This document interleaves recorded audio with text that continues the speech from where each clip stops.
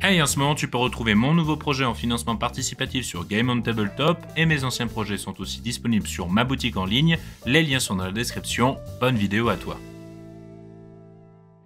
Et bim en avant pour la première vidéo de l'année. On pouvait pas commencer l'année autrement que par une vidéo de vos chères anecdotes du Discord. Je trouve que ça fait un petit moment. Et du coup, j'espère que votre début d'année commence déjà beaucoup mieux que le mien. Et ben oui, parce que bon, qui s'est tapé une intoxication alimentaire de son repas du jour de l'an? C'est Bibi. C'est vraiment fatigant pour la vache. Donc excusez-moi, voilà, si je suis pas aussi énergique que d'habitude. C'est juste que là, j'ai passé 2-3 jours pas trop fameux, voilà. Donc voilà, j'espère très sincèrement que vos anecdotes vont pouvoir me donner un petit peu plus de cœur que ce que je n'ai de foie ou d'estomac, voilà. Donc sans plus attendre, en avant pour regarder vos belles anecdotes du Discord. Et bien sûr, avant ça, vous connaissez la rengaine, le générique.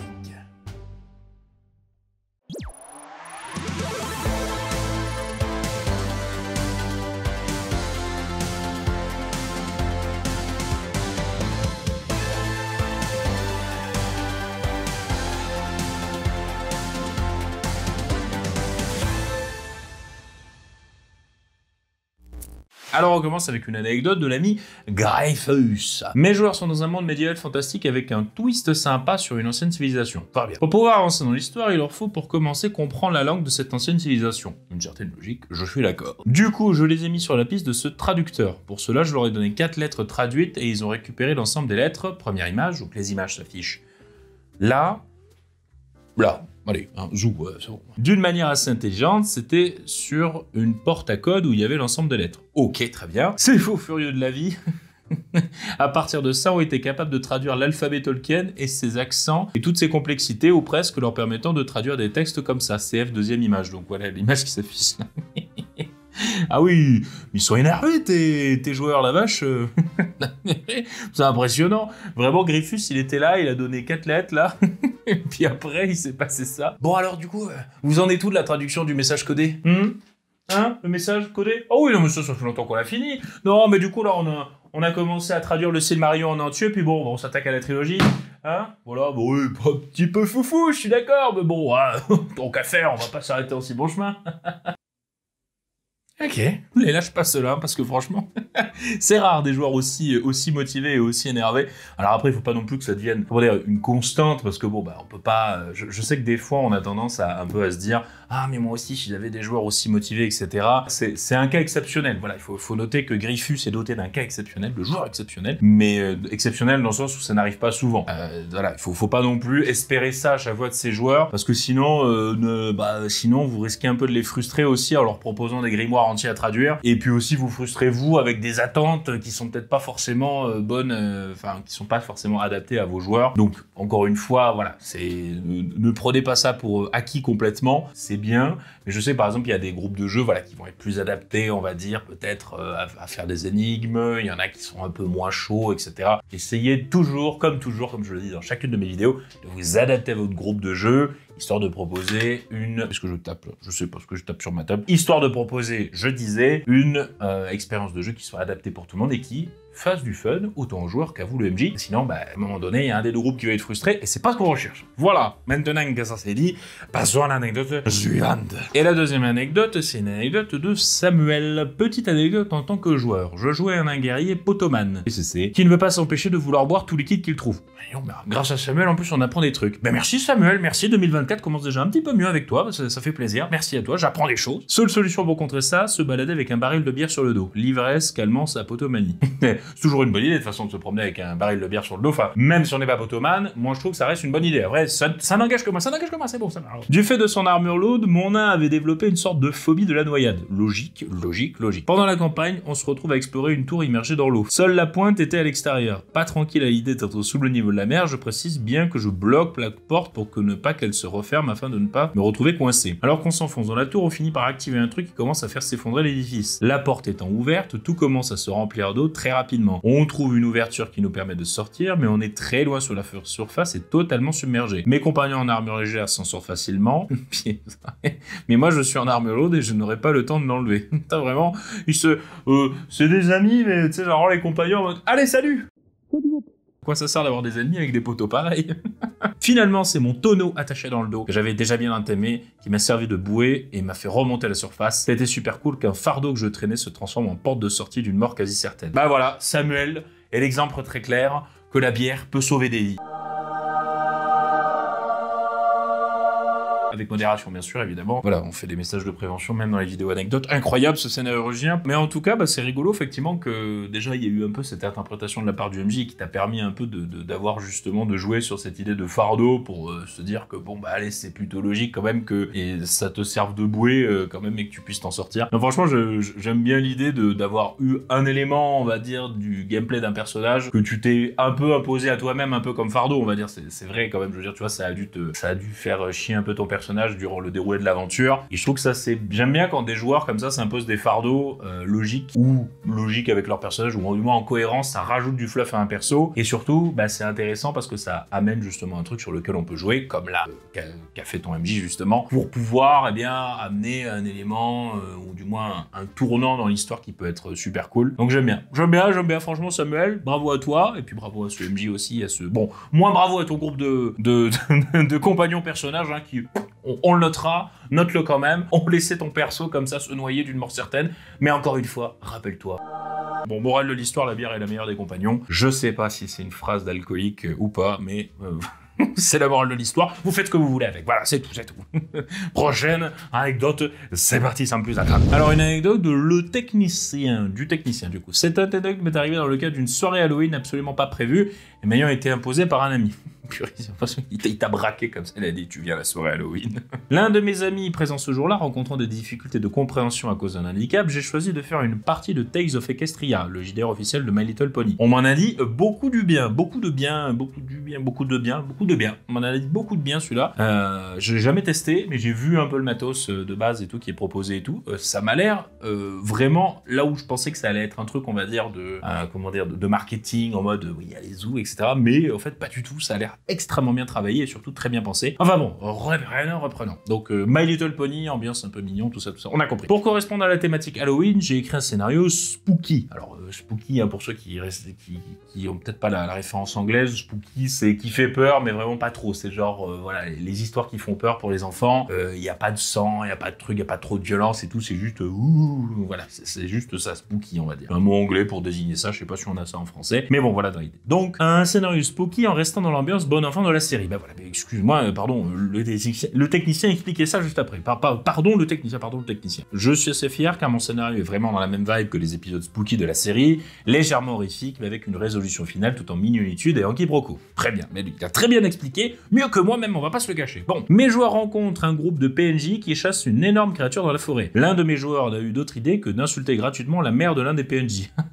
Déjà, ça commence super mal. Occasionnant une baston avec mes PNJ qui n'avaient rien d'hostile envers mes joueurs. Super. Mais le moment où mon scénario a trop glissé à cause de mon joueur se trouve dans son final. Mes joueurs recroisent les PNJ et le combat se réengage. Ah oui, bah oui, forcément, s'ils lui réinsultent leur daronne en plein milieu, évidemment que ça va repartir en vrai, évidemment, bien sûr. Je donne des pistes à mes joueurs pour qu'ils utilisent l'environnement à leur avantage. Très bien, bien joué. Dans la scène, il y avait un feu de champ. C'est là que mon joueur me sort, je prends une branche suffisamment pointue et solide et je lui enfonce le pieu dans le cœur. Vraiment le truc, genre My Little Pony au début en mode oui, la mignonitude. Je prends un bâton pointu et je lui transperce le cœur. Moi qui me suis donné tant de mal pour faire un scénario qui ne part pas dans la creepypasta ou le fanmade horrifique gore de My Little Pony, oui je crois que ça doit exister en plus, on va pas se le cacher, me suis retrouvé à devoir gérer un joueur qui ne comprenait pas que régler un conflit ne passe pas forcément par faire des fatalities. Moi c'est très drôle comme tu le présentes, et que l'on est dans un univers mignon cartoonesque, pas dans Vampire la Mascarade. Et j'avoue c'est complètement foiré.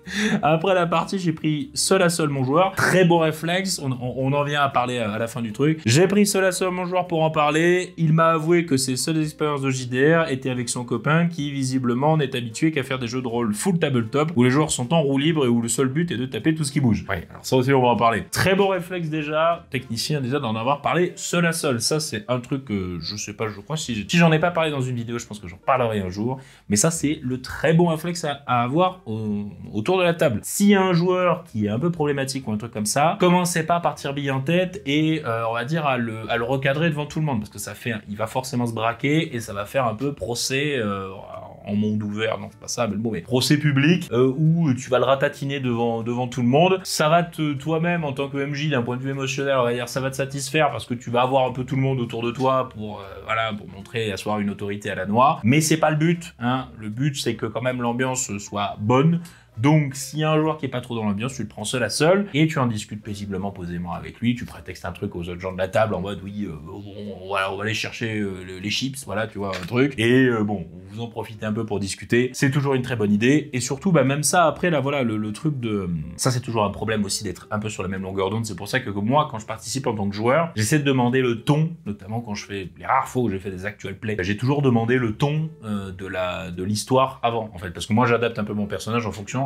Je le joue plus ou moins dark ou plus ou moins tranquille. Et ça, c'est une bonne idée, je pense, si vous êtes joueur, des fois, de demander un peu le ton au maître du jeu en mode, c'est quoi, genre, la plaisanterie, pas trop, le dark, la violence, comment ça se passe. Et quand bien même aussi, il y a une fiche pour ça que j'ai faite, voilà, qui s'affiche à l'écran à ce moment précis. Bon, c'est une fiche qui est une alternative à la X-Card, une fiche de sécurité émotionnelle, mais c'est valable dans les deux sens. C'est-à-dire que, comme vous pouvez le voir, il y a aussi des sujets qu'on veut éviter ou dont on ne veut pas trop parler, mais il y a aussi un code couleur, justement, pour permettre comme ça au maître du jeu de donner un peu le ton de la partie, comme je le disais justement. Et ça, ça peut être un bon indicateur aux joueurs pour savoir s'ils sont OK avec cette idée, mais aussi, comme pour le technicien, s'accorder un peu avec le propos, le monde, le ton qui est donné et tout. Et ça, c'est très important, parce que forcément, ça peut donner une cohérence d'ensemble, vu que les joueurs participent à toute cette histoire. Mais je sais que bon, pour avoir l'habitude de faire du dark, j'avais eu ça un petit peu dans Patoon aussi, c'était... Au début, je m'étais dit, oui, ton très mignon, tout ça, etc.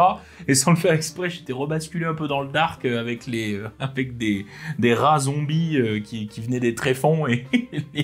Mais genre m'ont regardé en mode « Ah bon, finalement, la mignonitude, on a pris une grosse gifle !» Donc j'ai fait « Oui, excusez-moi, j'ai l'habitude du dark. » Bon, après, ça va, ils sont habitués, je les ai pas choqués, mes joueurs, tu vois. Et c'était, après, finalement, ça s'est plutôt bien inscrit, on va dire, dans la suite de l'aventure. Donc là-dessus, ça n'a pas été un problème. Mais c'est vrai que voilà, cette même longueur d'onde avec les joueurs, bon, mieux vaut soit en discuter ou, à minima, avoir cette fameuse fiche que je disais. D'ailleurs, cette fiche, je le répète, est disponible sur ma boutique en ligne pour 0 €. Je vais pas vous faire payer pour ça. Donc allez-y, prenez-la, faites-en ce que vous voulez, utilisez-la à bon escient, à bon entendeur, à bon truc, je sais pas, utilisez-la tant que vous voulez. N'hésitez pas d'ailleurs à me faire des retours justement sur cette fiche. Voilà, ça me fait très plaisir de savoir qu'elle est à votre disposition et que vous en faites ce que vous désirez, avec bon espoir que comme ça au moins, tout le monde sera, on ne pourra plus à l'aise autour de la table, et c'est une bonne chose, c'est ce qu'on recherche dans le jeu de rôle, je le répète à chaque fois. Voilà, c'est bon, on commence à le comprendre. Prochaine anecdote, Zéberdi, une anecdote de Gilles 1984. La dernière vidéo du scénario me rappelle une anecdote de One Shot. Ça, rien ne me fait plus plaisir de savoir que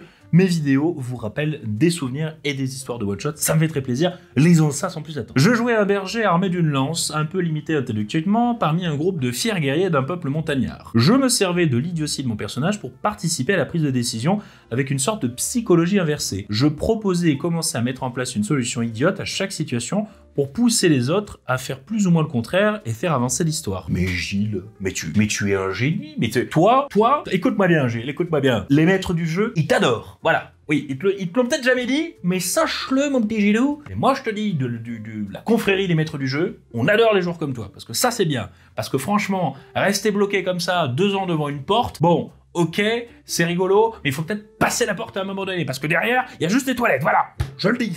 Calmons-nous, bon sang. Ah, il met un exemple, oh là là, il met un exemple. Le MJ nous décrit un renard clairement magique qui s'enfuit être dans un tunnel étroit. La description était une invitation assez claire à suivre l'animal. Déjà, que tu l'aies compris déjà, Gilles. Mon Dieu, mon Dieu Gilles, oh, tu es béni des dieux mon ami, tu es béni des dieux. Les autres PJ se posaient à la question de le suivre ou non, du danger potentiel, etc., etc. La classique situation des PJ qui passent 3 heures devant une porte fermée. J'en ai parlé, bravo Gilles, mais Gilles, mais bon sang, mais tu dois être MJ, Gilles aussi, tu dois pas être que joueur hein, dans la vie, hein. Tu dois être... Pour savoir ça, il faut être MJ et l'avoir vécu, moi, une fois, de regarder des joueurs qui passent 3 heures devant une porte fermée, tu fais... Mais pousser la porte, en fait, c'est-à-dire... est-ce qu'elle est verrouillée et tout, mon Dieu, peut-être derrière, il y a un démon. Non, il y a un placard à balai, c'est tout, voilà là, et il y a un indice dans le placard à balai, ouvrez cette porte.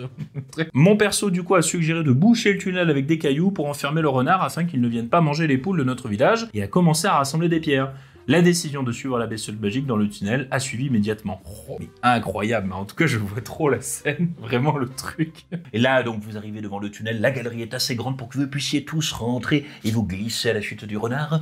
Que faites-vous donc? Oh ben moi je vais commencer à prendre des pierres et les mettre devant, comme ça le renard il pourra plus ressortir. Allez, hein, on va y aller parce qu'on va pas faire une solution aussi idiote, hein, voilà. Non mais reviens là, reviens ici, reviens ici. Non mais on va y aller, hein. Bon, hein, on va pas suivre un plan de l'autre débile là. Allez-y, on rentre. D'accord, je viens. Tout se déroule selon le plan. En tout cas, Gilles, très bien. Et c'est excellent parce que je trouve vraiment ça rattrape, je crois que c'est d'ailleurs peut-être la vidéo sur comment jouer un personnage idiot. Mais ça rattrape très bien justement ce que j'ai dit dans cette vidéo. Et je trouve ça complète super bien. Et surtout, c'est encore, en plus de ça, avec l'exemple justement où tu catalyses un peu les décisions des joueurs. Excellent. Et en plus de ça, t'es proactif et tu fais pas potiche. Et surtout, ce que j'apprécie énormément avec cette anecdote, c'est le fait que tu arrives à te mettre en retrait quand même parce que t'es pas au centre des décisions. Mais tu sais que quand même, tu es actif, tu es acteur quand même avec ton personnage. Et le fait aussi que tu éprouves du plaisir à ça. Ça t'amuse quand même, tu vois. Tu vois, il y a beaucoup de joueurs, tu sais, des fois, il y a un peu cette envie, tu sais, d'occuper le devant de la scène un peu et tout le monde se tire un peu la couette à soi. Et c'est franchement relaxant quand tu es MJ, que t'as un joueur comme ça qui, son plaisir, ça va être de faire avancer l'histoire, de jouer un personnage, tu sais, qui est tourné vers les autres ou qui met un peu les autres en valeur et qui, en plus de ça, va pas tirer la couette à lui, mais franchement, ça lui va et franchement, il est là pour kiffer. Un comportement comme celui de Gilles, imitez les enfants, je vous promets, je vous assure que vos MJ vous remercieront grandement. Et bien voilà, je pense que l'on a bien fait le retour un petit peu des anecdotes qui vont un petit peu marquer le début de cette année 2024. Si jamais votre anecdote n'a pas été sélectionnée, ne prenez pas la mouche, à chaque fois j'en prends complètement au hasard, comme ça, je les sélectionne. Elles peuvent être plus ou moins d'avant ou plus ou moins de récentes, je sais pas, je prends vraiment au hasard comme je vous le dis, je fais comme ça dans le canal Discord et j'en prends une comme ça. Donc ne prenez pas la mouche, ne vous en faites pas, mais en tout cas continuez à nous faire rêver avec nos anecdotes sur les Discord communautaires, le lien dans la description. Je vous encourage vraiment à y aller, on commence à être un peu plus de 600, même un peu plus, beaucoup de 600, j'ai pas compté, mais ça fait plaisir de voir que la communauté s'agrandit. Et en plus de ça, il y a des défis scénaristiques, on participe, on discute autour du jeu de rôle, il y a même des parties de jeux de rôle qui s'organisent. Enfin bref, ça fait plaisir de voir une communauté aussi positive et j'espère vous voir toujours plus nombreux en 2024. En plus de ça, on a passé le 8K abonnés juste à la fin de l'année, c'est absolument incroyable. Road to 10K, c'est parti, et en plus de ça, je vous prépare une petite surprise bien sympathique pour piquer des hannetons, comme on dit, pour les 10K. Je m'avance un peu, j'espère que j'arriverai à la faire à temps. S'il vous plaît, ne vous abonnez pas trop vite. Mais en tout cas, voilà, merci beaucoup pour cette année 2023 et cette année 2024 à venir. Je vous fais à tous de très gros bisous. Vous connaissez la rengaine, mais oui, bien sûr, je m'en vais la répéter. C'était le Scénarurgien. Un ciao, bonsoir, les studios, comme d'habitude.